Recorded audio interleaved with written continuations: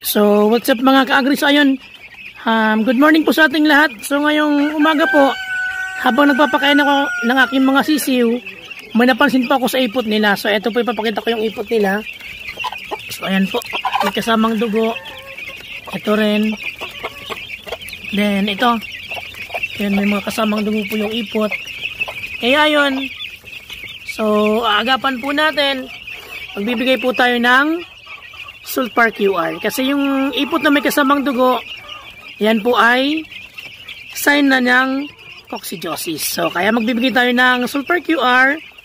Ito pa ay merong paracetamol, sulfadiazine sodium, trimethoprim, then sulfaclucin sodium, at mabisa pa itong panggamot sa fowl cholera, laway-laway, diarrhea o pagtatae, salmonella, chronic respiratory disease, coccidiosis, yun, ipot na may dugo, malaria at E. coli. So ayun, maraming salamat po sa Battlecat Livestock Products na magpapadala po sa atin ng Sulfar QR.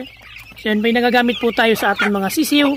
So ayun, magtitimpla na po tayo para mabigyan po natin yung ating mga sisiw at hindi na po lumala yung kanilang coccidiosis.